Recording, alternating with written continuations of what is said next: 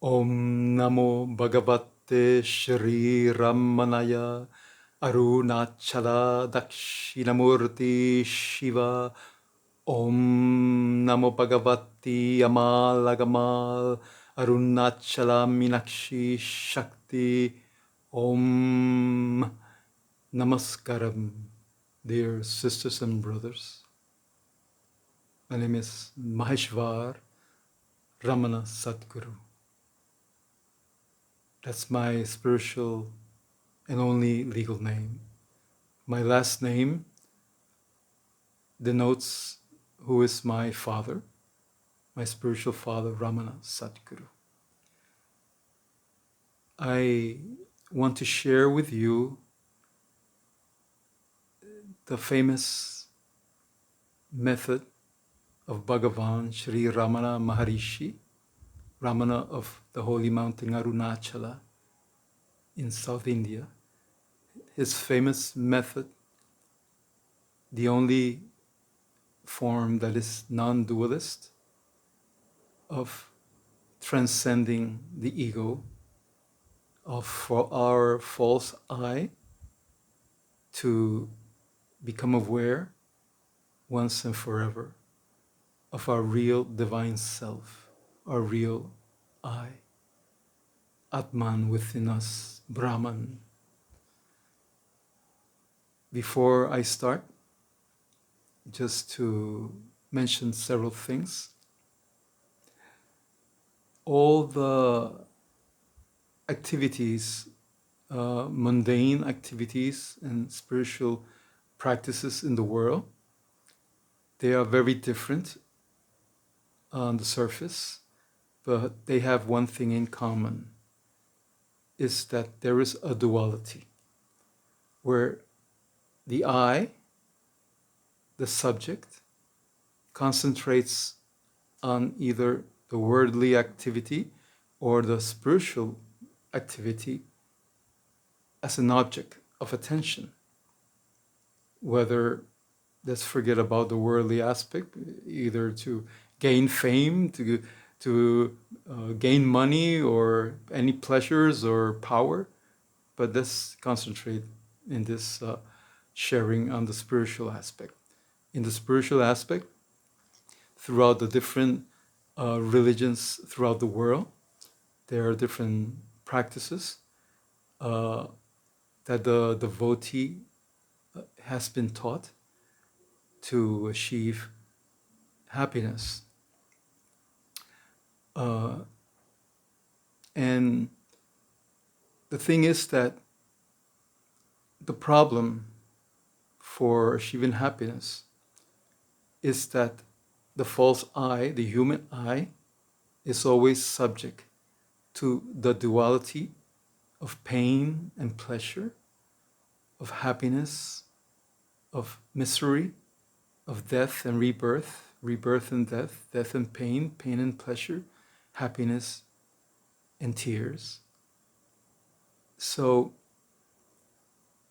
there's that duality where the subject, let's say the devotee in any religion of the world, concentrates on his spiritual practice, whether it's a rosary in Christianity, whether it's spiritual dancing in some other traditions, or whether it's like in India, different religions that they do japa, mantras, or they concentrate on any of the 7 chakras, like the third eye chakra, for example, one of them, or one concentrates on the point of the nose to concentrate all thoughts, convert them into just one thought instead of many thoughts, or pranayama, the breathing techniques, or concentrate on the flame of a candle, on a picture of a saint or a spiritual master, or on the statues of the deity, or devotional singing, kirtan, bhajan, devotional singing, or visualization or mindfulness. In any of these practices throughout the different religions of the world, there's a duality where the subject, the devotee, when he does this practice, he has to concentrate on the practice. So that practice becomes an object of attention. And when there's duality, object and subject, then the consciousness goes outwards towards the object of attention. And even thoughts and emotions, the body, all these are objects of attention. So the great Ramana of Arunachala has come with a very, very important transcendental message right in the beginning of the 20th century. After he attained the divine state of one's real self, where his ego vanished forever. That was when he was only 16 years old.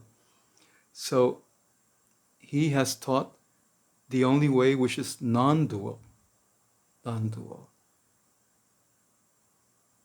to attain that happiness, because one does not, the devotee in this path, does not have an object of concentration. None of these spiritual practices one does.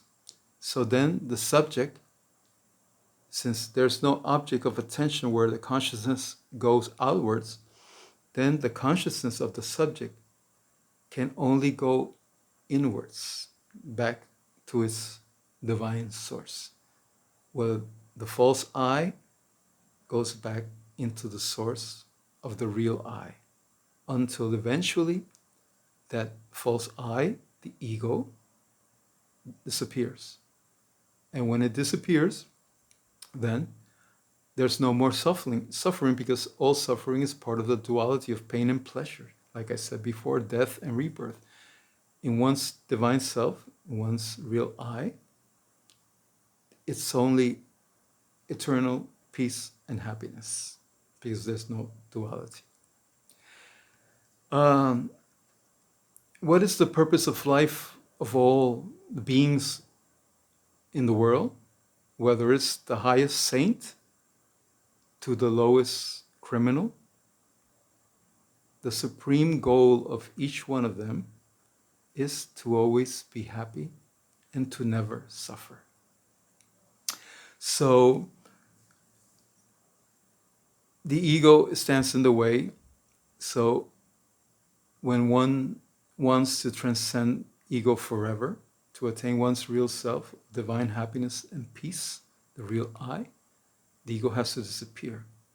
But in all different practices throughout the world, which are dualists, where the subject, the devotee, the sadhaka concentrates on his practice, which is the object of attention, then consciousness goes outwards. And you cannot eliminate the ego, because they need the ego, the false I, the devotee, to concentrate on the spiritual practice. So one maintains alive the ego. And of course, there are certain moments that the person will feel happiness or peace or joy, but it's temporary, because the problem is the ego, and the ego still exists. So one will alternate between moments of peace, of sorrow, of joy, of pain, because the ego still lives. So the only way to eliminate that duality of suffering, birth and rebirth, is to eliminate the problem. The problem is the ego. Siddhartha Gautama, which people call Buddha, but Buddha is not a name.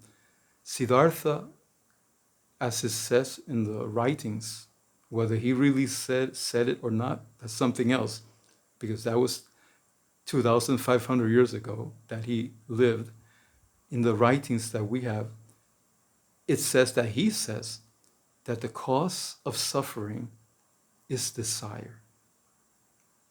But Ramana of Arunachala, which was recent, he teaches that the cause of suffering is the false I, the one who creates desire.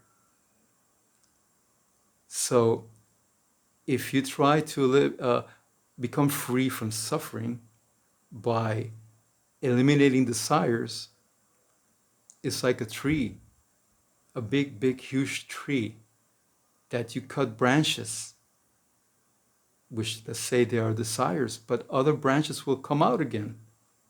The only way to get rid forever of that tree of the ego, the false I, is to uproot the tree.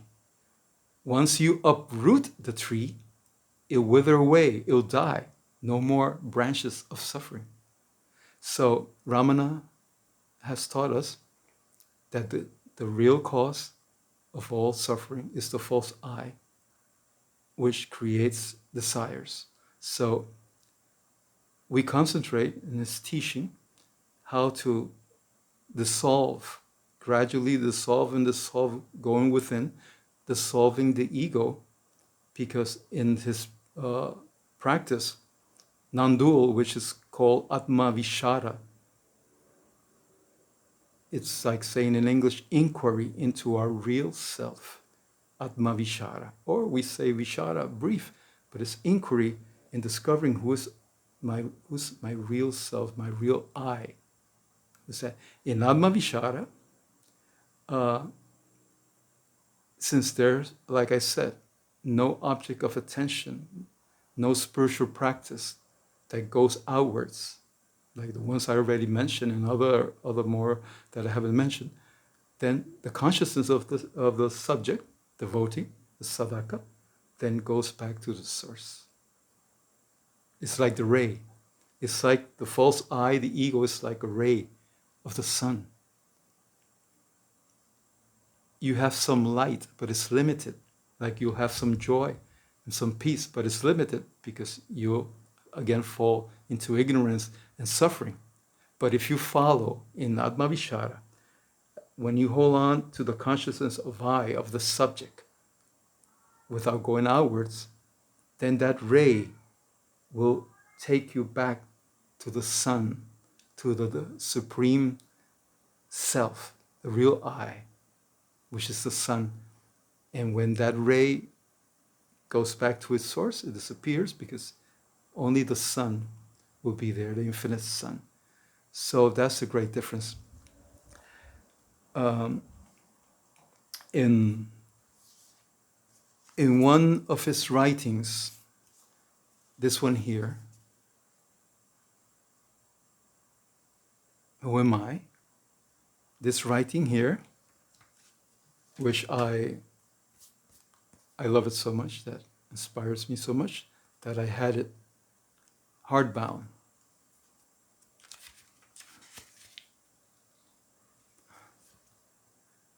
In this writing,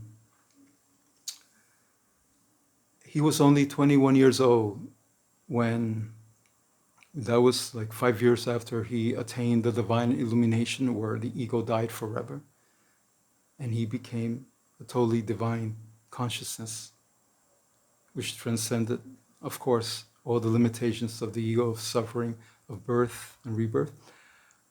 A very mature person that was a great devotee of him asked him some very profound questions of what's the reality of life, of the purpose of life. Who are we really? Who really am I? And he, at that time, Ramana, he lived all his life in Arunachala, the holy mountain, for many, many years within the mountain itself, in its caves, and the rest of the time right on the foot of the mountain. He never left the mountain. At that time, Ramana, 21 years old, he was very, very, very poor. He only had the kopinam. Kopina is a piece of cloth which he maintained between his legs to cover part of his body, so people wouldn't feel scandalized. But the rest of his body was totally naked. He just used that. cloth, that copinum, around between his legs, around his waist. So he answered with his finger writing, because he wasn't talking. In those years, he was totally silent. He wasn't talking. So he answered Shiva Prakasham Pillai's, the name of the devotee, his questions in the writing on the sand. Sometimes Shiva Prakasham Pillai would bring some pieces of paper, and Ramana would also write on those pieces of paper. And many years pass of Shiva Prakasham having these questions and answers with him when he was inspired to make them public and form a little booklet where all those questions of his and the answers of Ramana would be shown, available to the public. So that's the little booklet you saw there.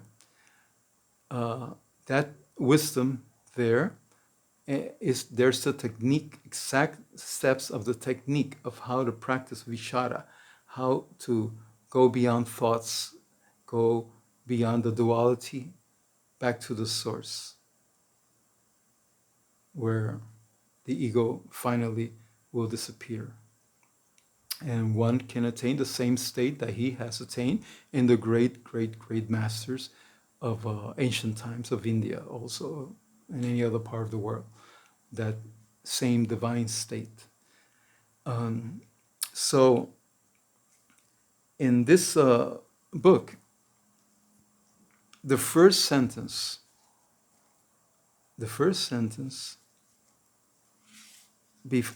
before the questions start,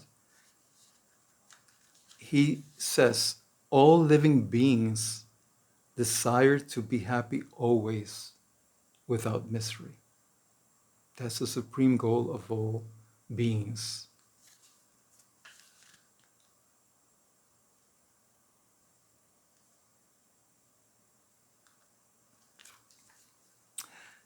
And here's a picture of him. By that time, he was 21 years old. It's a picture of him. Okay, so now I'm going to get into the exact steps, which is, it's going to be very simple, because I will not go into the whole booklet. Because the whole booklet also speaks about other aspects of wisdom, other aspects of spirituality. I'm just going to limit myself for this film, how to do the exact method of doing the Vichara, of going within the non-dual practice that one can discover one's real self. Okay. He mentions here,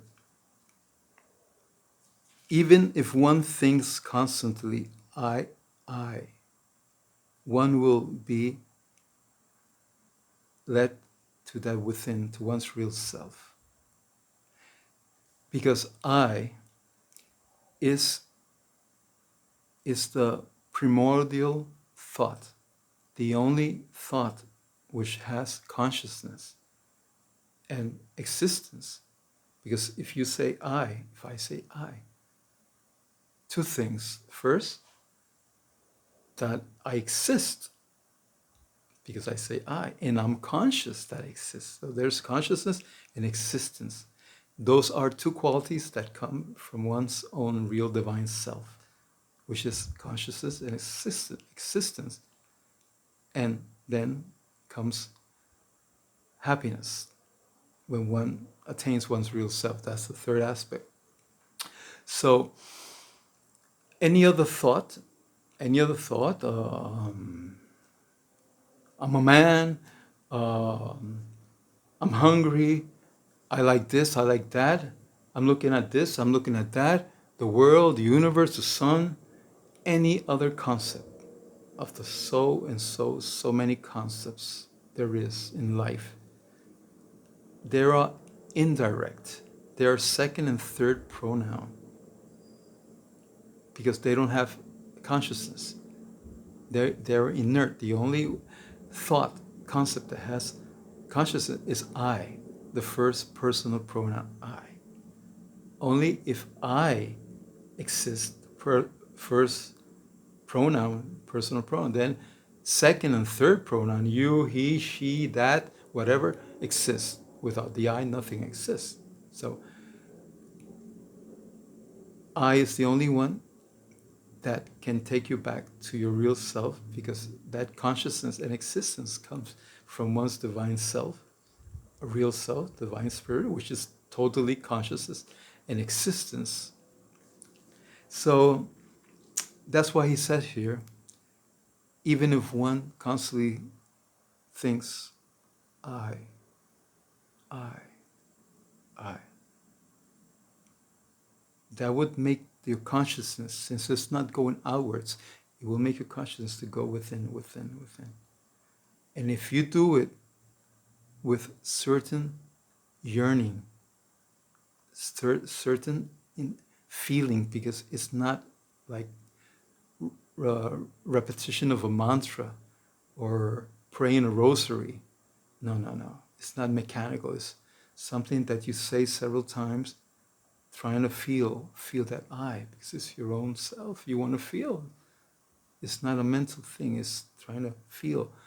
At first, it might seem mental, because you're not conscious of your real self. So, but he says, even if you start mentally repeating, I, I, but with certain degree of inwardness and feeling, if the person is mature enough or does it with sufficient intensity, it's so powerful that will take you to your real I, the divine within you. And when that happens, you have an explosion of consciousness, of happiness, of peace out of this world, because it comes from the divine I, which is within you. And the other way is that whenever a thought comes, that you don't need to think, because if you need to think about something, you're adding some numbers. You have to have your mind that you're adding, subtracting, or you're doing some labor that you have to be very concentrated on what you're doing. Okay, you're thinking because you have to think at that moment. But most of the time in our daily life, we have moments that we don't have to think. Our mind starts thinking about a million things. Oh, that this or that, or I'm going to talk to this person, I got to give a call, or tomorrow I will do this, next year, in 10 years.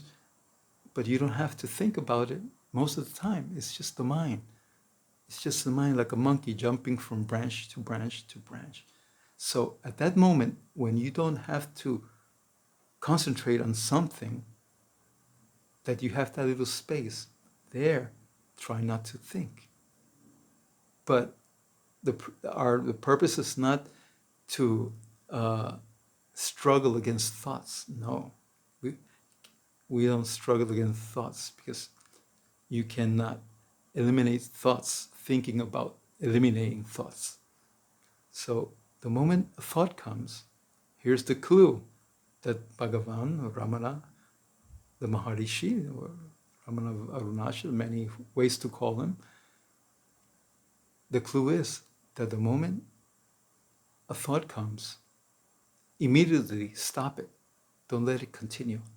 You stop it and you do these 3 steps. First, when the thought comes, stop it. You ask yourself, who has this thought? Number 1. The second step will be your answer, I. I. It's not the neighbor. No, it's I.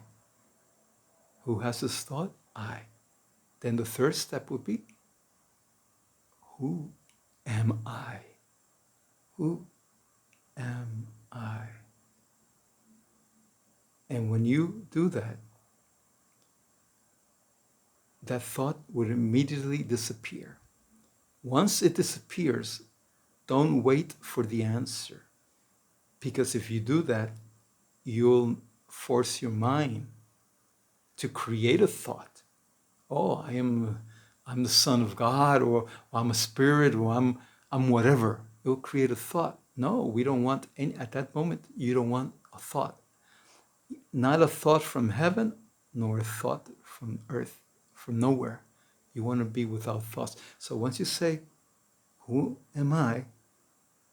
That goes within, the thought disappears. Just try to stay in peace, in inner silence, without thinking, in peace. But since the mind is accustomed for many, many, many, many lives of thinking, and for the first time, you're trying to go beyond thoughts, don't be surprised that you feel a rush of countless thoughts coming one after the other, one after the other. The teaching of Ramana is that no matter how many thoughts come, each time a thought comes, you stop it immediately, don't let it continue, asking the 3 steps. Who has this thought? I. Who am I? And as days go by, weeks go by, then the mind will start slowing, will start getting slower in creating thoughts. And that's a transcendental difference for the first time in life, of so many lives. Because that's a sign that you're on the right path and the wheel of thoughts starts going slower. And you keep practicing this vichara, this inquiry to discover who am I, a real I.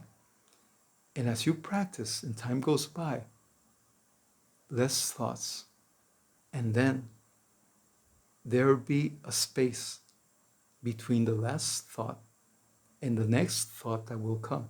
There will be a space so wide enough of silence that for the first time you'll perceive the you, the one that's behind all these thoughts, the real I.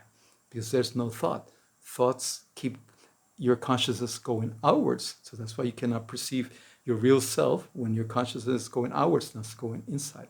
But there'll come a moment when there'll be a space between the last and the next thought of pure silence. And you feel, even if it's for the first time, the presence of who you really are. And just that moment, no matter how small is that moment, the peace and the happiness and the wisdom that you feel will be something transcendental, beyond what you have felt before. And that's a sign that you're going through the right path.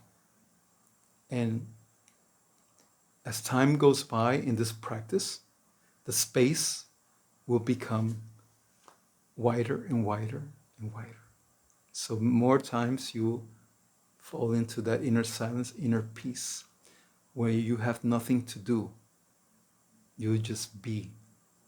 Because this path, dualistic paths, they are a path of doing. The devotee has to do this, do that, do this, do that, concentrate on the japa, or on the mantra, on the visualization, or in mindfulness, or in the candle, or in the breath, or in the nose, or in the chakra, or on prayers, or singing to the Lord, or dancing, spiritual dancing. It's something of doing. I don't say that's bad. No, that's not bad. But if you want to finally go beyond all suffering, then you have to eliminate the ego. And the only way to eliminate the ego is not having your attention go outwards, because then you need to maintain alive your ego to concentrate on the object. So just holding on to this oneness of I or I am, it's the same, of just a subject. your attention, your consciousness will go inwards. So in many translations, these 3 steps are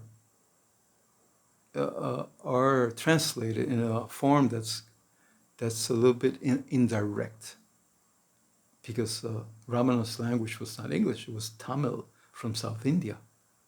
So, but the books that people read in English, of course, that's translation, and in those translations, it says, "To whom has this thought arisen?" When the thought comes, they say, you ask yourself, to whom has this thought arisen? To me, the second step.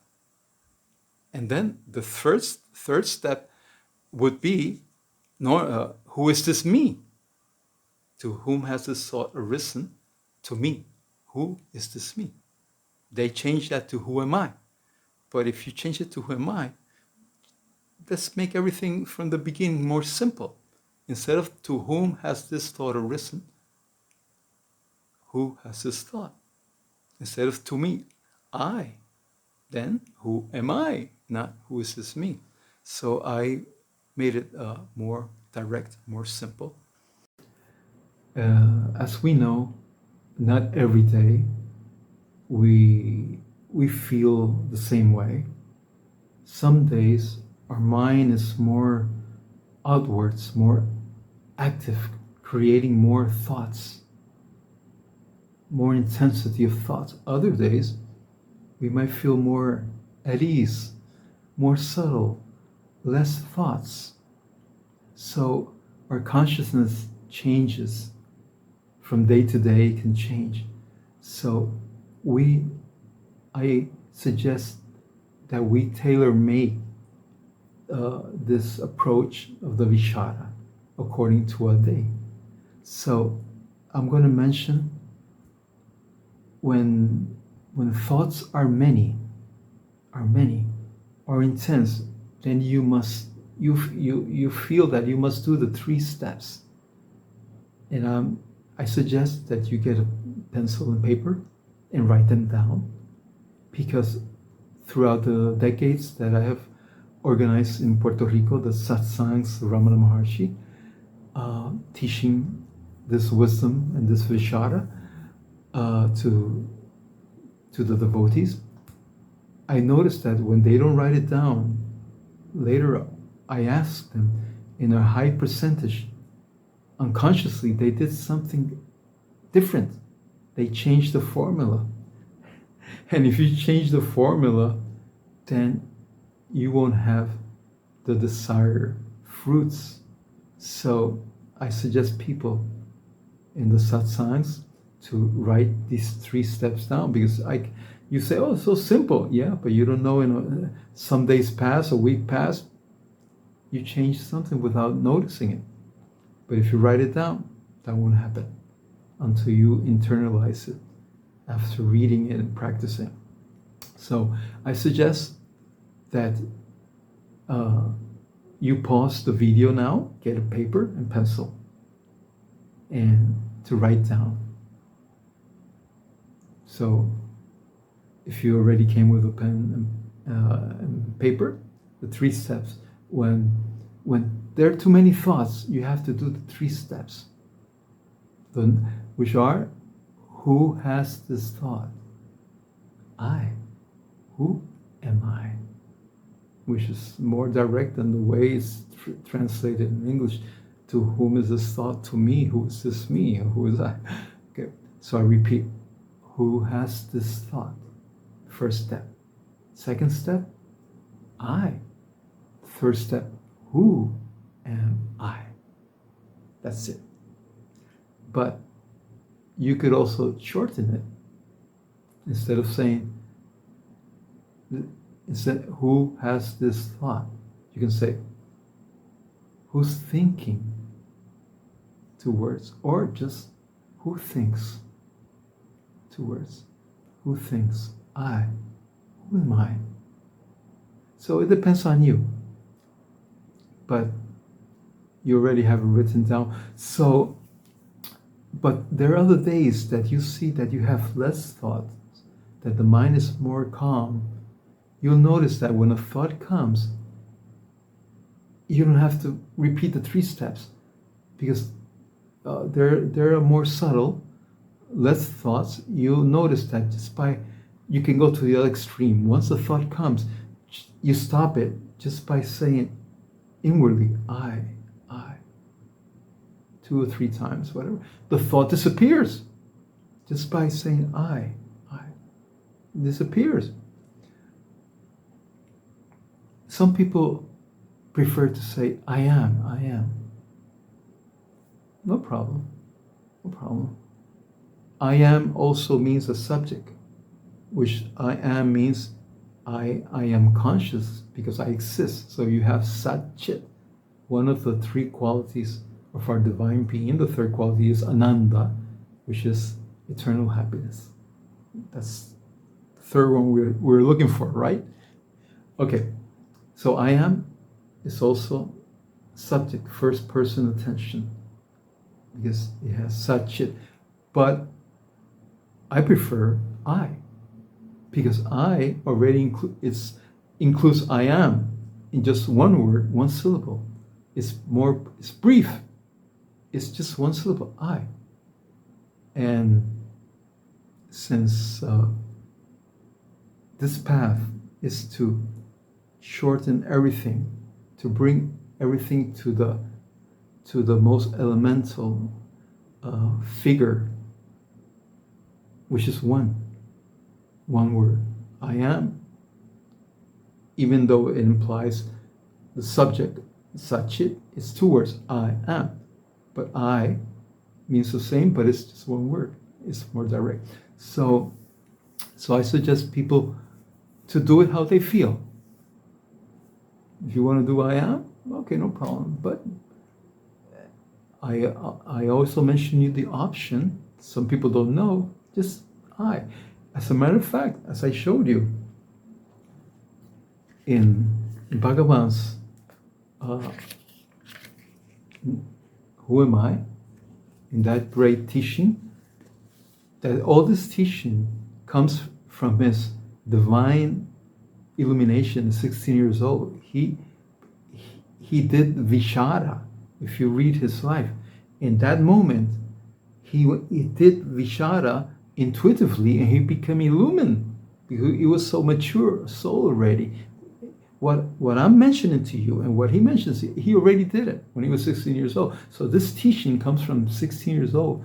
It never changed till he left the body at 70 years old, physically. It's the same teaching. So remember that I showed you there.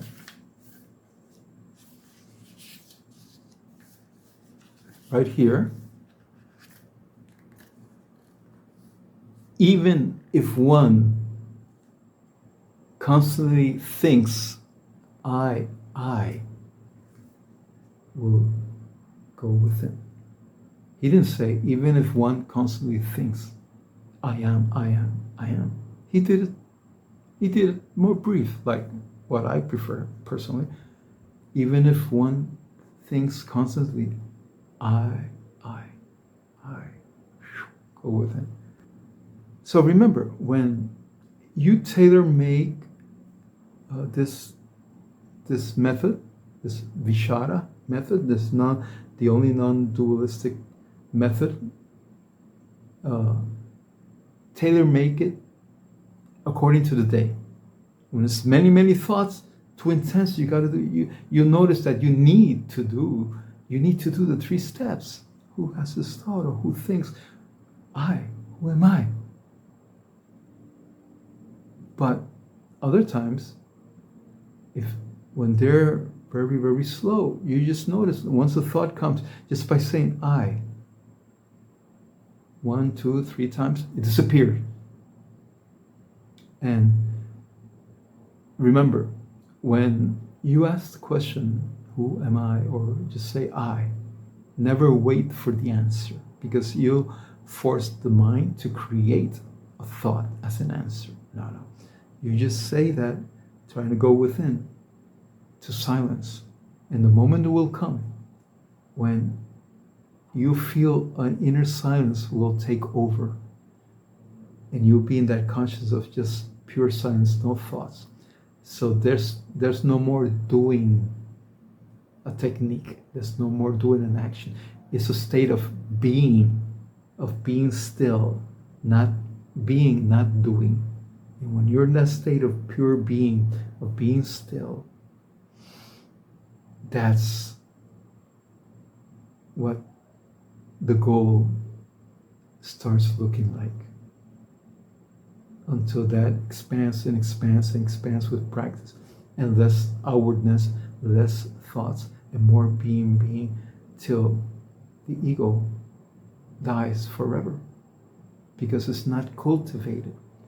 It's like becomes thinner and thinner and thinner. The cord becomes thinner and thinner. It was a big, huge rope, thick rope. It becomes a cord till it snaps. Once it snaps, it disappears forever. Then you're in your true self.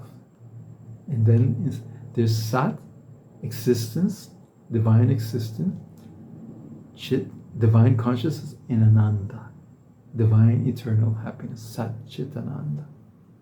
Brahman, Atma, other names. So you just tailor make it according to the intensity or not intensity of thoughts. Okay. So I hope this makes it more clear. Another way that to do this Vichara, something I have intuitively discovered in my own practice when I started practicing this method of Ramana, was in February of 1982. There's another way that I discovered. In that year, when at a certain moment, I was feeling very bad. I finished work and I went to take the bus to go back home, and I was feeling very bad, terribly bad. I don't even remember what it was about. And the thing is that when I got on the bus, I sat in the front of the bus, where the seats are not looking towards the driver. No, you're seated in a different angle, where I'm sitting here, and somebody's sitting on the other side opposite looking at me, and the driver's to one side, and the rest of the people, they're sitting looking towards the driver, but these front seats were not looking towards the driver. So I was there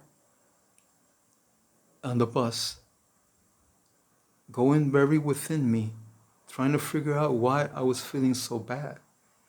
And I intuitively did a form of Vichara, which is inquiry. It's a form of inquiry of what was all this happening? Why was it happening? If was that I? Was that really I, what I was feeling? Or if I was something else beyond that?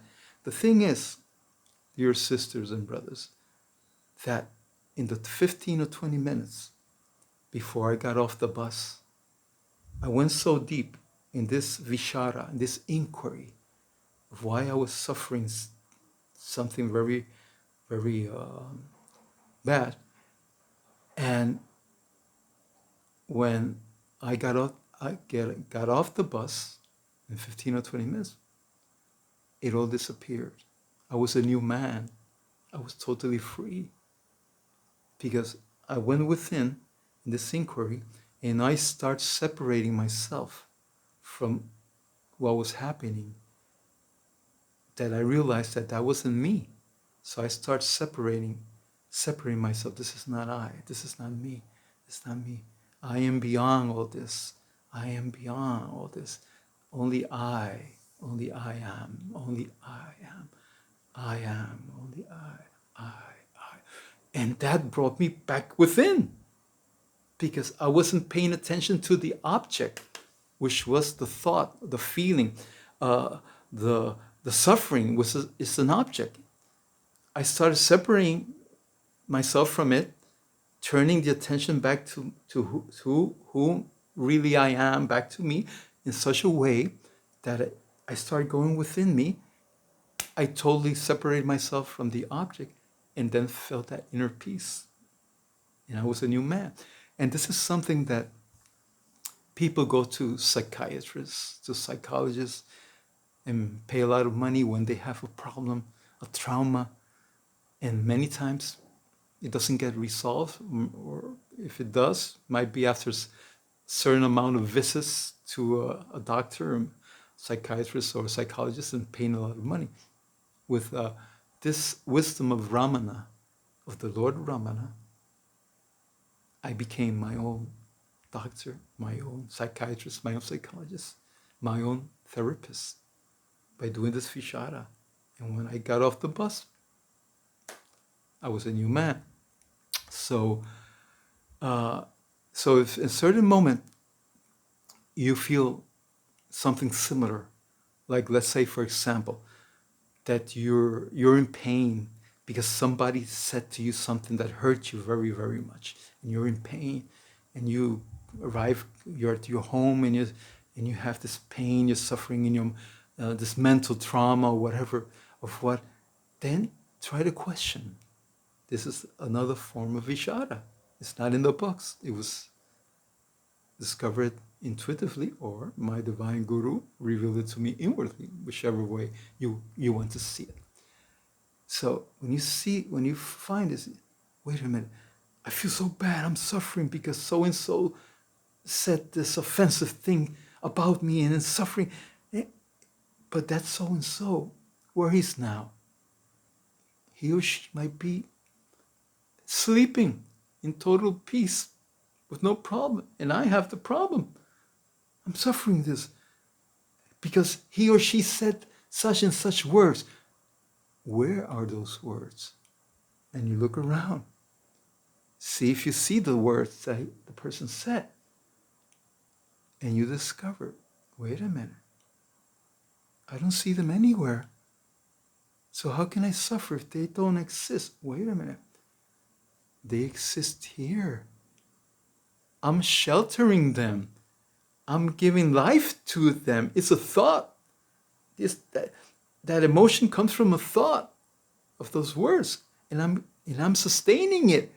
So I'm really the creator of this creation that makes the creator suffer.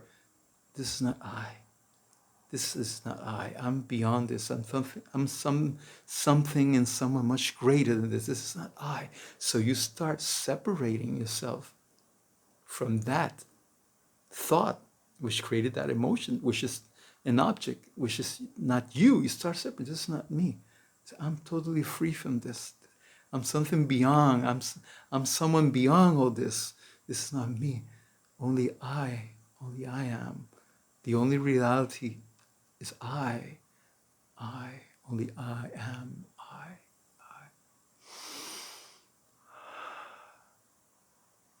And if you do it correctly, concentrate, it'll happen like what happened to me on the bus. You'll make that ghost created by your mind disappear. The ghost was, you're feeling terror of that ghost which you created, you maintained. So you dissolve the ghost when you separate yourself from it and went back to who you really are. So that's a clue, very important clue.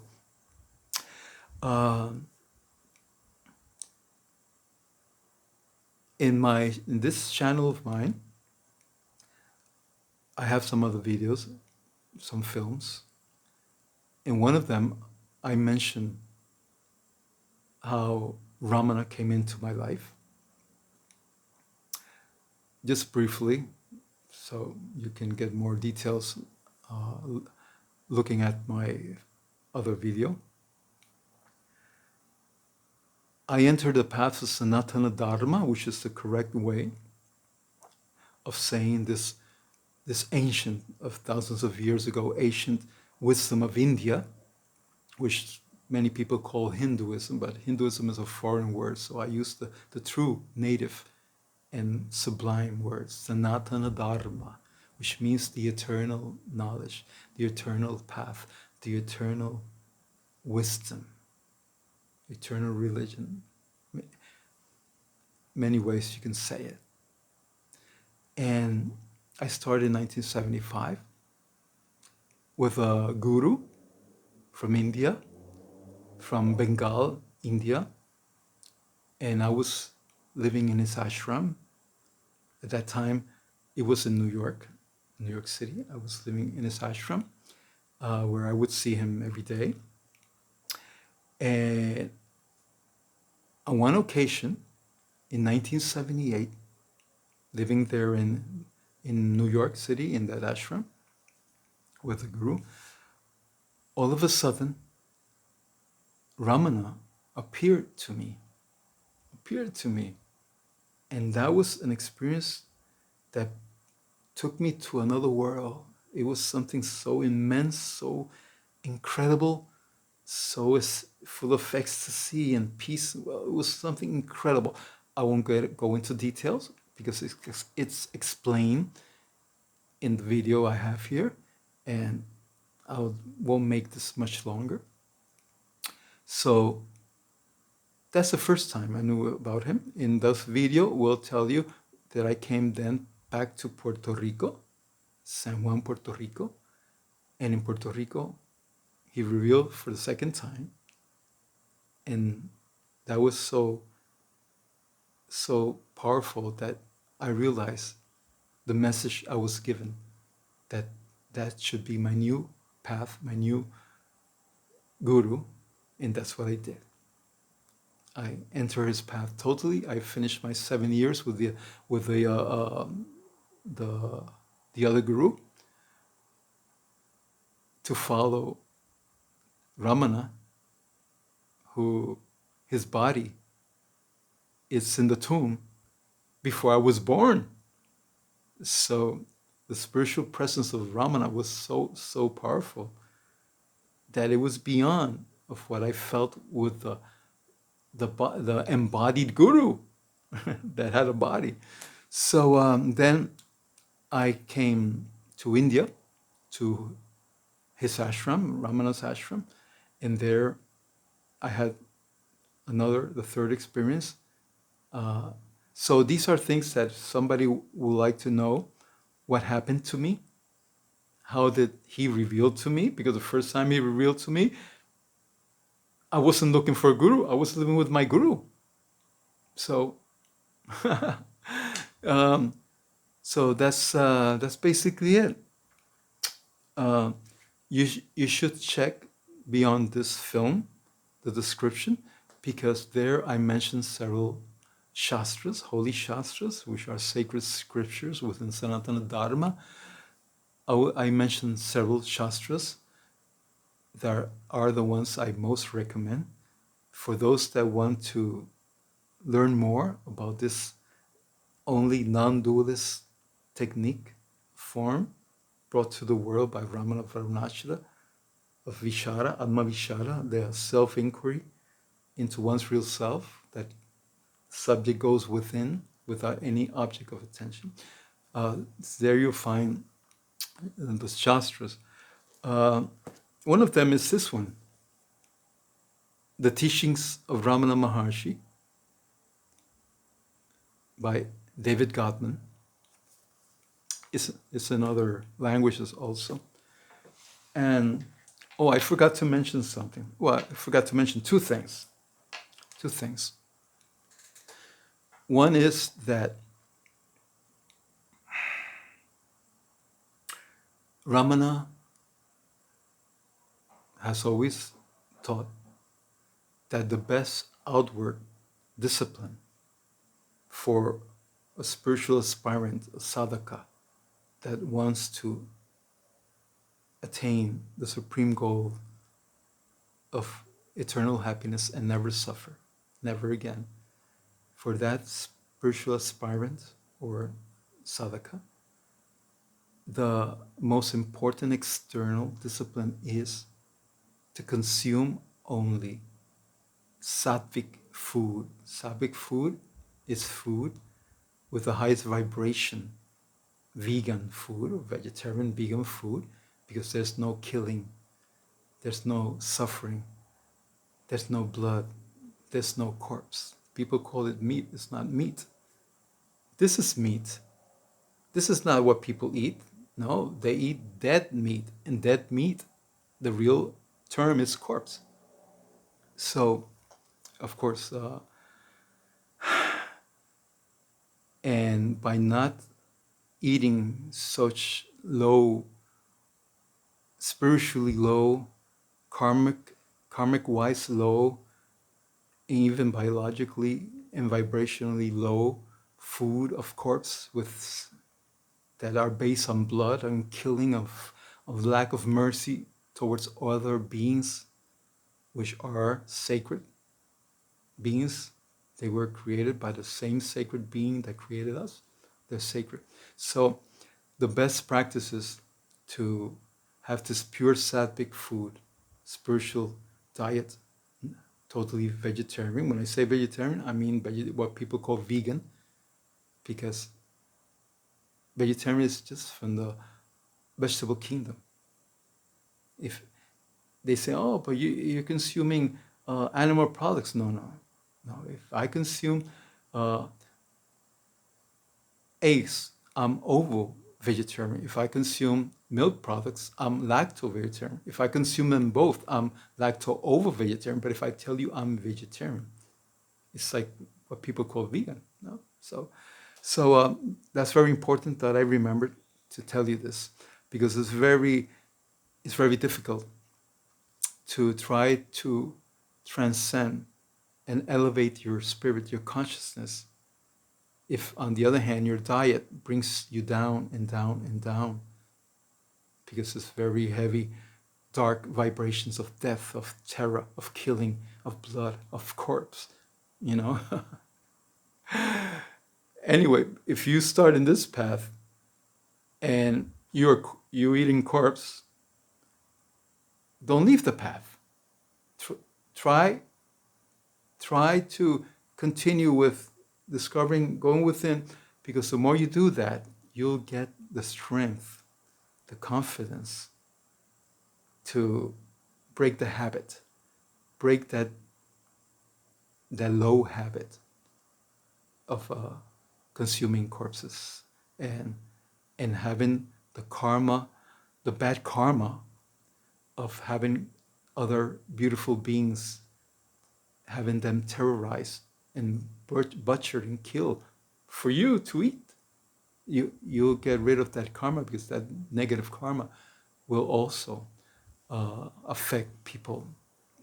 You can see people dying every day of cancer, all sorts of diseases, which is a karmic effect of that low demon diet. You know, it's not. That's why all the real, true spiritual masters of Sanatana Dharma have always said that vegetarian, vegan food is a must, non-negotiable. Okay, the other thing I wanted to mention is that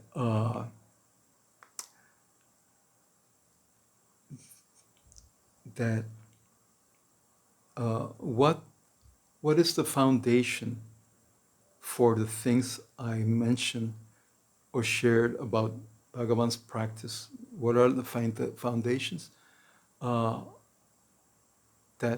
I have for people to trust what I'm saying?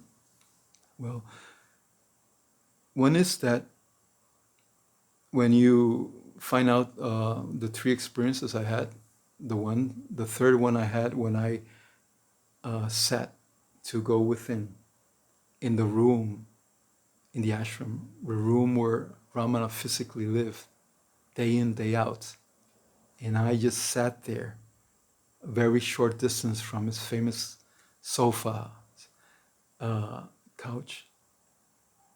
Unexpectedly, he gave me the welcome in such a way that I discovered what this is all about, with that transcendental beyond earth experience that I had, I discovered exactly what we're looking for. That experience that he gave to me. And then,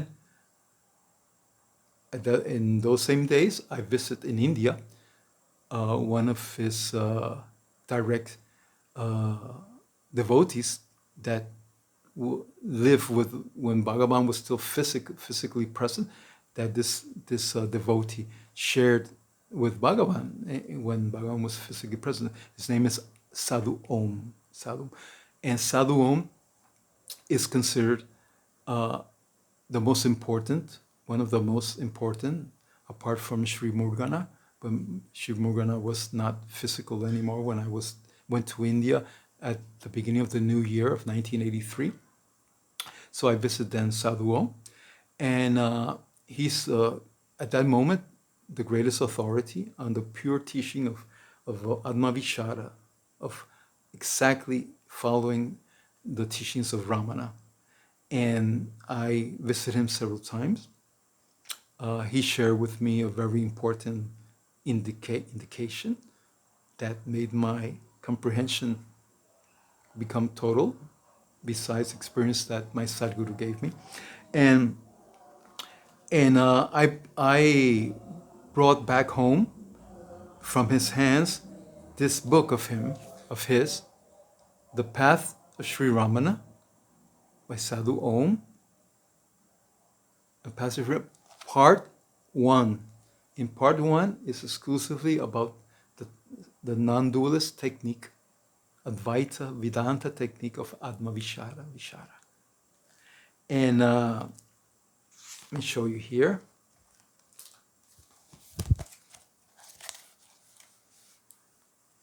Here it is, 1981, this edition. So I doubt it still exists. That's the edition. So those two books are in my description. Of course, if you get the Path of Sri Ramana, part 1 of Sadhu Om, which comes in all the other languages, you have a different cover, not my cover, which is a very old cover. And then, Be As You Are, I show you of David Godman. So I think I mostly have said sufficient, because you see, this is something improvised, that just comes from my consciousness as a brotherly offering to all these sisters and brothers, which may be looking at this film, seeking for the supreme goal of eternal happiness and never suffer again.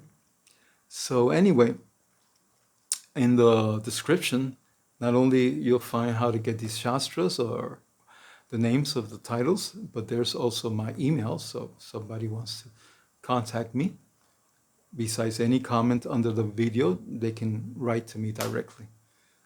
So dear brothers and sisters, maybe when I finish, I say, oh, I forgot to say this, I forgot to say that, so who knows, I may make a second part or PS part. But for now, I think I have said enough. So I just want to make something clear. There are certain practices where milk products are not bad if they're not cows from the factory farm. That's the milk that is sold in the stores, in the supermarkets, grocery stores.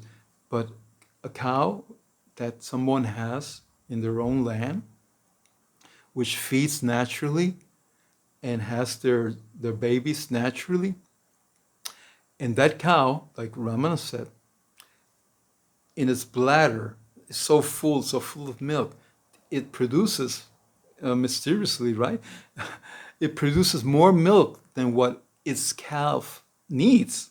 So once its calf has drunk its milk, its share for the day, then if the owner of the cow milks the cow, it's not harmful. The cow feels alleviated of that pressure, so it feels happy. So, and if someone wants to take that, milk that cow, and make yogurt from it, that's no problem. There's nothing bad karma-wise, because the cow is not suffering like it's done in the factory farms, where you have these milk industries that they go through something incredible, the worst of the worst. But not in that sense. So I just want to make that clear, that that's an exception. That's why in India the cow for thousands of years has always been revered. That's the way you say it. English is not my first language, so please excuse me. Where I live in Puerto Rico, which is the far west of India. Yes, because the west of India is Maharashtra, Bombay, which now is called Mumbai, but that's the west of India. I live in the far west, which is to the Atlantic Ocean, near the Atlantic Ocean, Caribbean Sea, because Christopher Columbus, when he arrived at these islands, he thought he had arrived to India. So they called this West Indies, which means India of the West. So I live in the far west of India, in the Atlantic Ocean next to the Caribbean Sea, where we have these islands. They're before the continents of America. So, so our language is Spanish. And I haven't, the last time I lived in an English-speaking country was in 1981.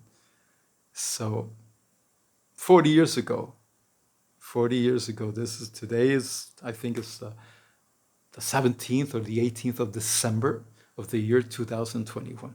So I don't practice much English for 40 years here in Spanish-speaking Puerto Rico. So please excuse that sometimes if I didn't mention correctly a word, it's because lack of practice. So dear brothers and sisters, many blessings to you all. I would like to say something else. I remember now. I personally consider Ramana of Arunachala as an avatar. Avatar is what's called a divine incarnation. In other words, the divine that takes the form of a body on earth. For what purpose? For the purpose of uplifting the consciousness of earth, of humanity, especially of mature seekers that are ready for it. And he came, his teaching started in the beginning of the year 1900. Beginning of the 20th century, started his first teaching when he was only 20 years of age. And then when he was 21 came the Who Am I? Which I'm probably the only one, like, has made it into a hardbound booklet. And in last century, the world has come to a situation that it never has had before. It can destroy itself with the nuclear arms that the countries have, can destroy all humanity, and the destruction of Mother Earth. Those two factors make this world has come to the lowest, spiritually lowest point in history since last century, 20th century. So in the Bhagavad Gita, one of the most revered ancient scriptures of India, there appears the avatar named Krishna, Sri Krishna, that says that when the consciousness of the earth comes very, very, very low, spirituality comes very, very, very scarce, and worldliness and in consciousness comes great. Like just started last century with these two great threats of atomic war and destroying the earth. That in the Gita says in chapter 4, it says that then the divine comes to earth, takes a body to uplift consciousness of humanity, starting with those that are spiritually mature. So that's Bhagavan came with this direct path.